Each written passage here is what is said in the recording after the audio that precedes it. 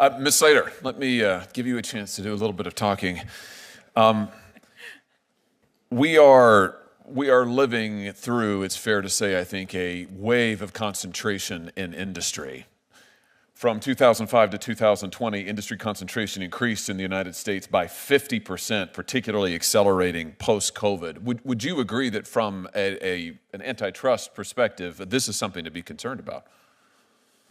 Senator, I haven't seen this chart before, but I have no reason to disbelieve its accuracy, and I would agree that that is a troubling number. We've seen industry concentration in pharma, which Senator Grassley talked about. We've seen it in meat packing, which is particularly important in my state to our agricultural producers, our ranchers and our farmers. We've seen it in other aspects of agriculture. Would you agree that concentration, it doesn't matter which industry it's in, concentration that leads to monopoly power in any industry is a cause for concern when it comes to freely operating markets? Is that fair to say? Yes, Senator. I refer you back to my opening statement. Yes, and that would include the tech sector. In fact, just looking at concentration in tech, the standard that the Department of Justice historically uses to measure concentration now has that concentration level as high as it has ever been in the tech sector as of 2023 in the 99th percentile. You spoke eloquently in your opening statement about the dangers to personal liberty that comes from the concentration of economic power. Why would that, is that also true in the tech sector? Is it fair to say that a concentration of power in the tech sector is also a threat to personal liberty as it would be in any other sector? Is that fair to say?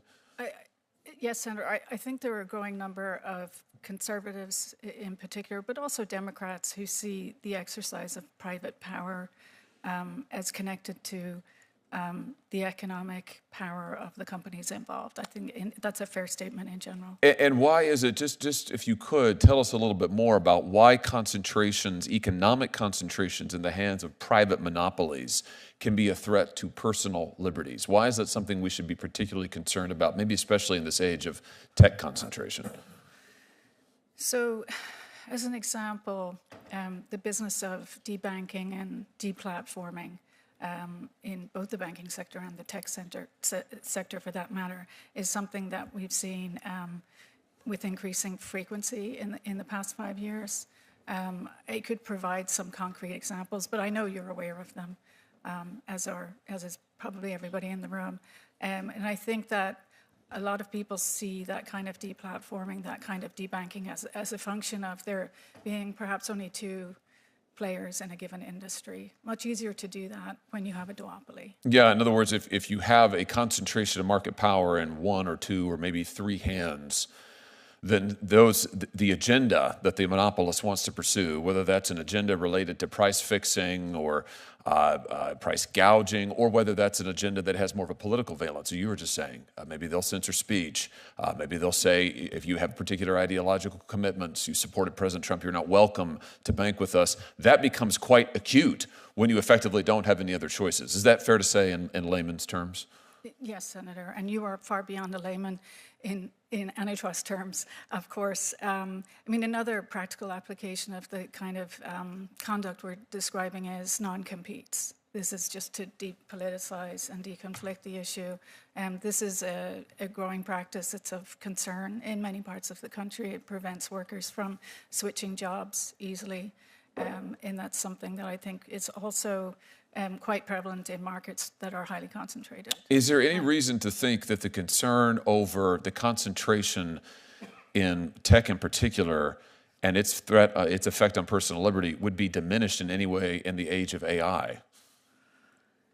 So we're still in the very early stages of AI, as you know. It's a nascent technology, a nascent industry. And so I wouldn't want to make that call just yet, frankly, Senator. But I think there are commentators who do see the emergence of highly concentrated markets in parts of the AI technology stack. Well, I can tell you, I'm extremely concerned about it. I'm extremely concerned about what the emergence of AI and monopoly power in AI will mean for American consumers. Senator Blumenthal and I worked together the last 2 years on our subcommittee here as part of the Judiciary Committee, hearing from people like Sam Altman. And what we discovered is, in issue after issue, whether it is the ability of parents to protect their children's personal information, virtually impossible in the age of AI when these companies are scooping up every piece of data and there's nothing a parent can do to stop it. Whether it is the creation of deepfake pornography, where people are able to use the technology to go get someone's picture off of the internet, a child's picture from Facebook, and then use it to create pornographic images. Nothing that a parent can do to stop it. Nothing that a victim can do to stop it. Nothing that virtually any of us can do to protect our personal data at all. And where is this power concentrated? It's in the very few hands of the people who control AI. And sometimes we hear stories about how AI is going to redound to the benefit of workers. I hope that's true, but who it's redounding to the benefit of right now, for sure, is the major technology companies, the monopolists, who largely control this sector. So let me just ask you, broadly speaking, what is it that antitrust enforcement can do when it comes to unwinding concentration to protect personal liberty?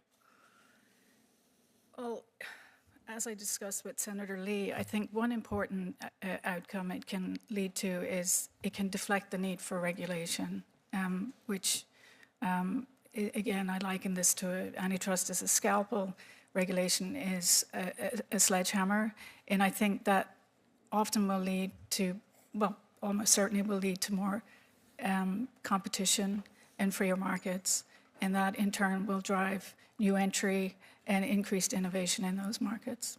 You know, I think you've got this exactly right. I mean, preventing power imbalances where one or two or three monopolists or near monopolists control all of the information, they stifle competition. The real problem with that is, besides the fact it can impose increased costs and harms on consumers, there's a massive power imbalance between these companies and average, normal, working Americans. And to me, I see what you're going to do, which is very important in antitrust.